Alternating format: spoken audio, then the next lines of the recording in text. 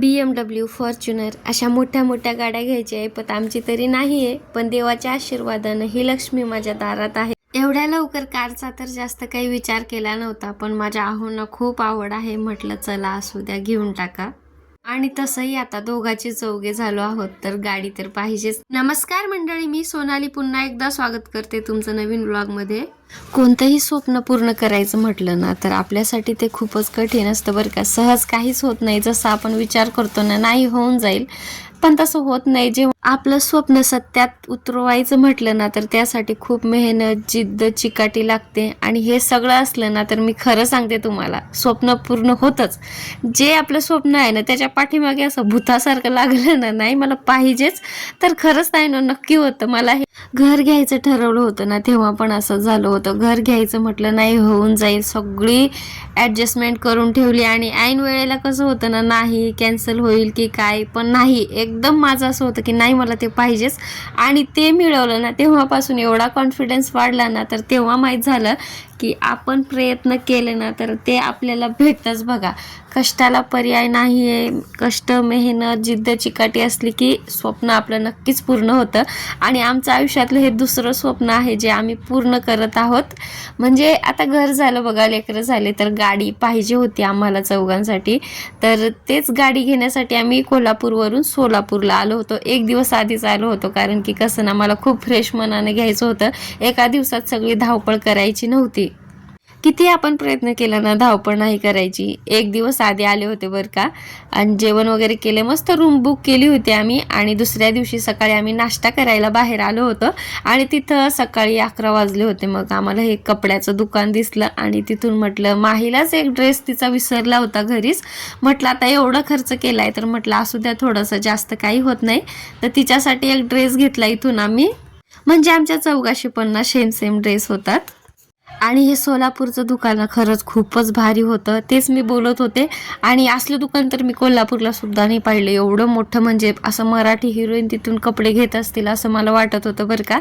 कपडे वगैरे घेतले आणि मला ना मेकअप करायचा होता, पण खूपच महाग सांगितलं. महाग पण होता आणि त्यांना 1-1.5 तासही लागणार होता. आणि यांची खूप गडबड होती. तेवढ्यात मी स्वतःच आवरून घेतला आणि आम्ही आलो इथं. पहिले तर मी वेणीच घातली होती आणि त्याला असा गजरा लावला होता, पण काढून टाकली. म्हटलं आपली साडी पार्टीवेअर आहे आणि त्यावर केस सोडले तर अजून छान वाटेल. आणि बघा, खरं सोडले तर खूप छान वाटत होतं. गाडी मी फर्स्ट टाइम पाहिली होती आणि तुम्ही विचार करू शकता की मला कसं वाटत असेल. ताईनो, ही आमच्या फॅमिलीतली ना पहिली गाडी आहे.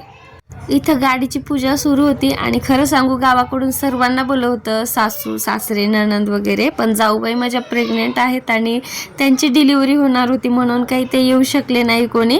म्हणून आम्हीच म्हटलं की आम्ही इथं पूजा करू आणि घेऊन येऊ गावाकडे. माझा भाऊ आला होता माझ्यासोबत. झालं असं की तुळजापूरला माझे आई वडील, आमचे माहेरची सगळी फॅमिली आली होती, मावशी वगैरे. तर भावाला मी तिथं बोलून घेतलं होतं की ये म्हणून, एकटा आम्हाला सोबत होशील. तर तो आमच्या सोबत होता. तर इथं आम्ही दुर्वाच्या पायाचे ठसे घेतले. बघा, मुलींमध्ये ना लक्ष्मी असते ताईंनो. खरं तर हाताचे घ्यायला पाहिजे, पण चला पायाचे घेतले गडबडमध्ये. आणि छान असतं, मुलीच्या पायात लक्ष्मी असते, काही नाही होत असं हाताने पायाने केलं तर.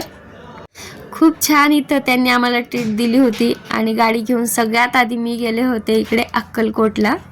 माझी एवढीच एक इच्छा होती की जेव्हा पण मी गाडी घेईन ना, तेव्हा मी पहिलं स्वामींच्या दारात जाईल. तर ती मी पूर्ण केली. मला जास्त वेळ नव्हता, 10 मिनिटासाठी का होईना, म्हटलं मी तिथं येईल, तुमचं दर्शन घेईल आणि तिथून पुढचा प्रवास जिकडे जाईल तिकडे.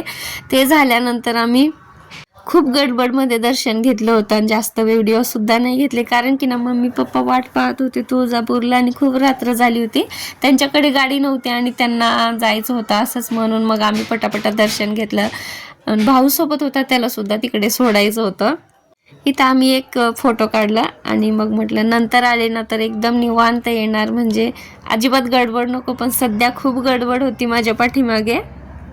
तिथून आम्ही गेलो तुळजापूरला आणि तिथे माझी भाऊजाई सुद्धा आलेली होती. सगळे होते, म्हणजे आमची फॅमिलीच होती माहेरची सगळी. आणि त्यांच्यासोबत मग मी गावी जाणार होते. मावशीची फॅमिली, मम्मी पप्पा, त्यांनी सगळ्यांनी दर्शन घेऊन आले होते आणि फक्त आम्ही चौघेच राहिलो होतो, म्हणून संध्याकाळी आम्ही गेलो. खूप छान वाटत होतं ताईंनो दर्शनाला. तर माझे भाऊ आणि भाऊजाईची जी फर्स्टच वेळ होती आणि आम्ही दुसऱ्या वेळेस गेलो होतो. म्हटलं व्यवस्थित दर्शन करायचं, पण नाही, माहीच्या बाबांना एवढी घाई असते ना, ते कुठंच व्यवस्थित काहीच दर्शन घेऊ देत नाही, काहीच नाही.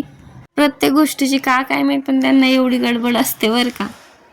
म्हणतात की कुठल्याही देवाच्या दर्शनाच्या आधी ना आपल्या कुलदेवाचाच मान सर्वात मोठा असतो, म्हणून त्यापासूनच सुरुवात करायला पाहिजे. पण मी अक्कलकोटवरून आले होते तुळजापूरला, आणि तुळजापूरवरून मग आमच्या बीडला कसं जवळ पडतंय, म्हणून तसं झालं. गाडी पाहून माझ्या आईवडिलांना त्यांना खरंच खूप छान वाटलं होतं. इथं सगळ्यांनी आम्ही दर्शन वगैरे घेतलं आणि आता जायचं होतं. खूप रात्र झाली होती तसं तिथं.